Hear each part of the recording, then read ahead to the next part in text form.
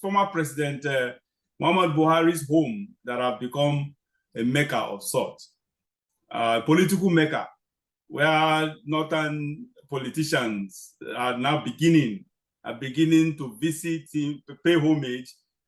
People who were not, who ordinarily weren't doing that before, they started recognizing Buhari as a, I don't know, I don't see, first, I don't see Buhari as, after his abysmal failure, after his unprecedented failure,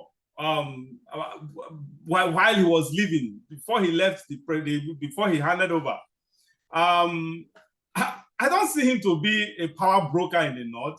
Buhari was only influential prior to his becoming president. Today, I don't see Buhari as someone that is influential. Look, honestly, Buhari is not, I don't see Buhari as someone that can actually be a political godfather, because that man has a kind of, he has some tendencies that doesn't have the quality of a godfather, of a real leader who is in control, who takes charge. Buhari is not someone who actually who takes charge. He doesn't know how to take charge. He doesn't know how to lead, because everything about him is just some, there is no a kind of, there is no decorum with him. Everything around him or whatever, there is no decorum, there is no organization or whatever. People under him literally they just go haywire, do whatever they choose to do. So I don't see someone like Buhari to be a political godfather or a political a gladiator. Let me use that word. Someone who can actually bring people together and actually direct and instruct people or influence people in high places. So I don't know why, honestly, he doesn't have those traits at all. Why do you think that the northern political leaders they now see wisdom in visiting Buhari, trying to get Buhari's blessings or whatever? What pedigree does Buhari have to actually earn such reverence, such respect? What, apart from being the head of state or whatever, president, what do you think could be the reason behind this, Barrister? Yes, like you rightly noted, Buhari has contested for presidency on several occasions. Each time in the North, we garner up to between 11 and 12 million votes. So he became like a demigod in the North in terms of bringing out electoral votes. However, his 8 years in politics has demystified him. It has diminished him. Yes. It has diminished his popularity and the respect that he hitherto had throughout the North and possibly other parts of Nigeria as well. So a lot of politicians in the North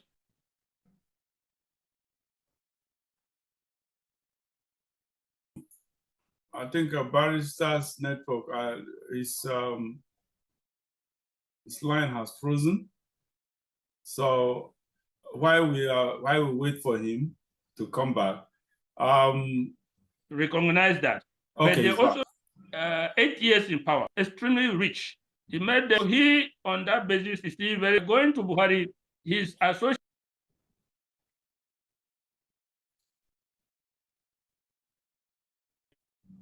Okay, yeah, I think we can hear you now. Go ahead.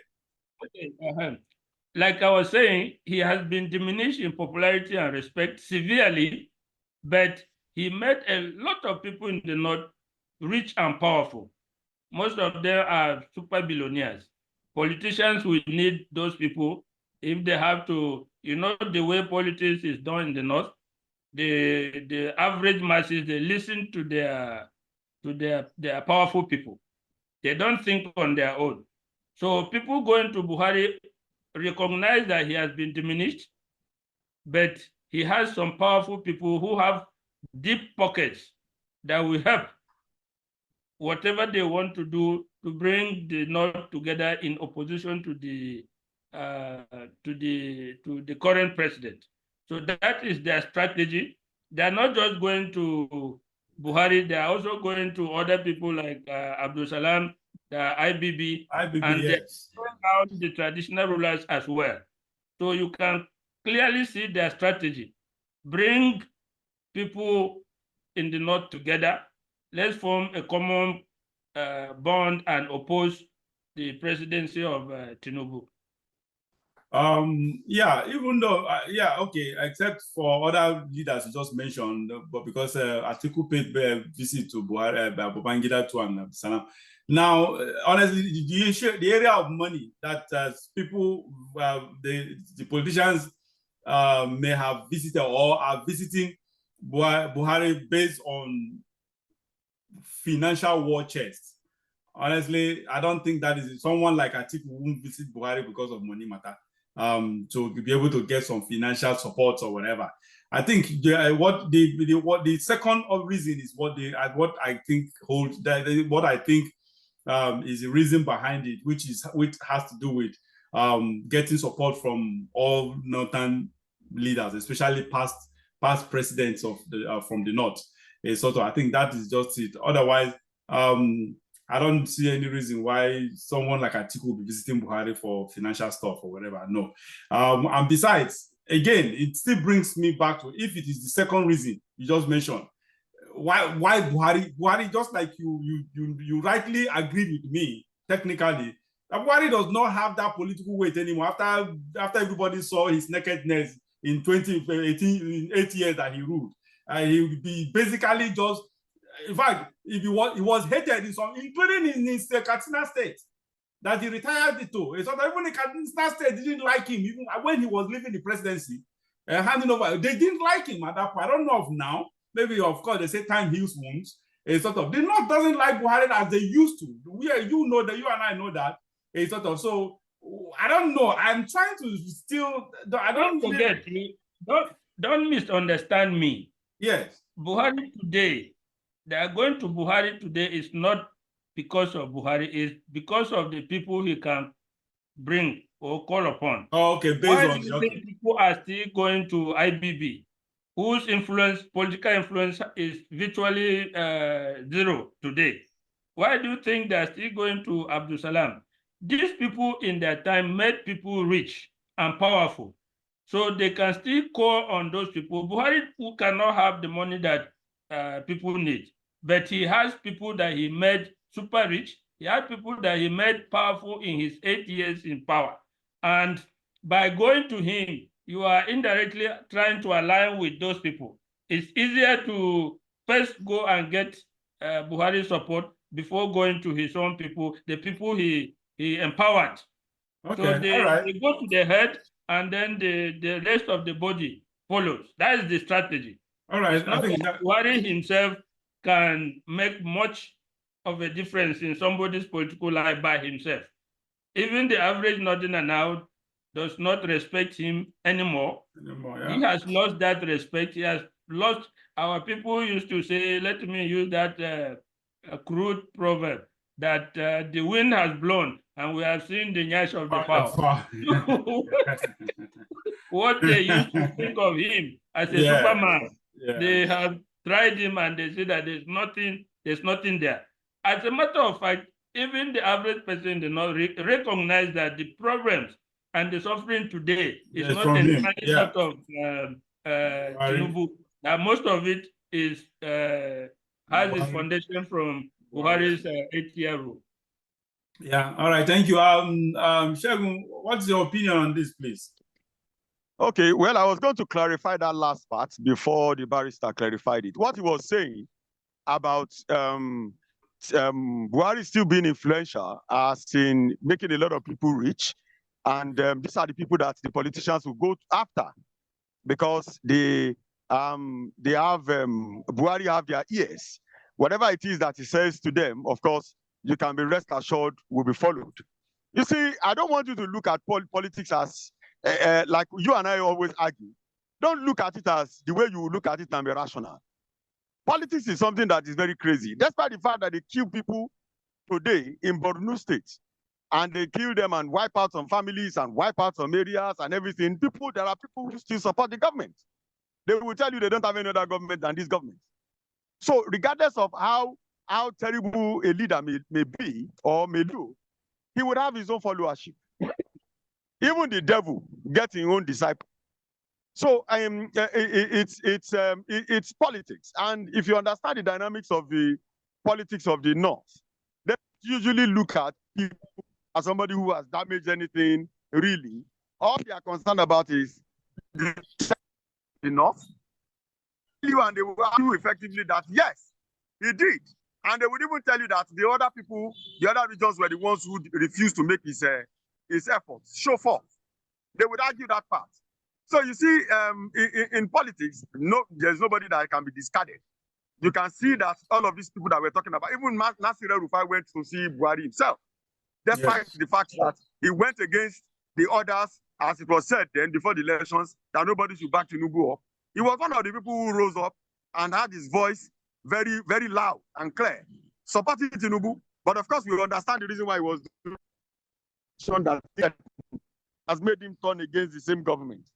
Because as it is with El-Rufai, once he doesn't get what he wants, he shuts you down. And he will go to any length to do that.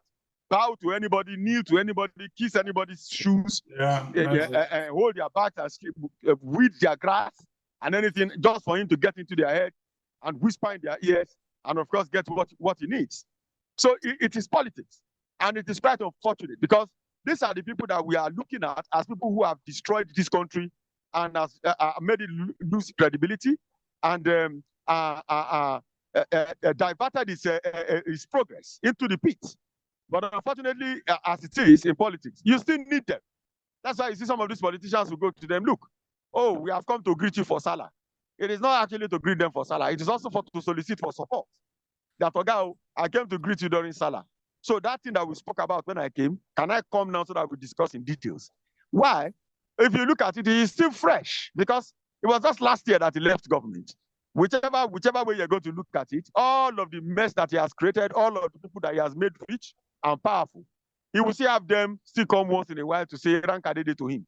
So he can easily tell them, look, what is going on now does not benefit us.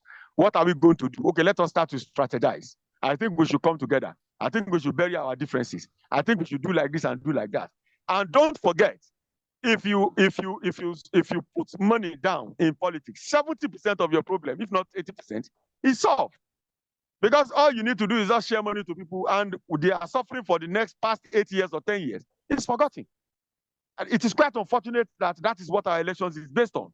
Then the rest part of it is to pay INEC and pay the officials, and pay the security agents to help you to rig. That is why the person of Tinubu can stand up and tell you to grab and snatch and run away with votes. And people will clap instead of asking questions. If you've listened to some of the videos that were just released on Edo, you would hear the man saying that, do you want Edo State? They said yes. Yeah, honestly, I watched that video. And the commander-in-chief, that he was going to, that's an indictment. It is an indictment. It shows that the election is not going to be free and fair. Yeah. That is what it shows you clearly. But you see, Nigerians would rather clap and laugh and say, okay, well, let him do what he wants to do. God will do what he wants to do. Will God come to vote? So those are the questions we need to ask ourselves. So don't let me deviate from what you have asked. I think either we like it or not, Buhari, the person of Muhammad Buhari, is still very powerful, very influential, and can still lead some people, and can still some people will still have his ears. We still listen to him when it comes to politics and how leadership should be channeled. And that is why you see that most people don't look at your credentials and look at what it is that you can bring to the table. They just look at the influence. Now for to do, even if somebody should fall in the pit. So don't be surprised that people are going to him for advice and looking for support. All right.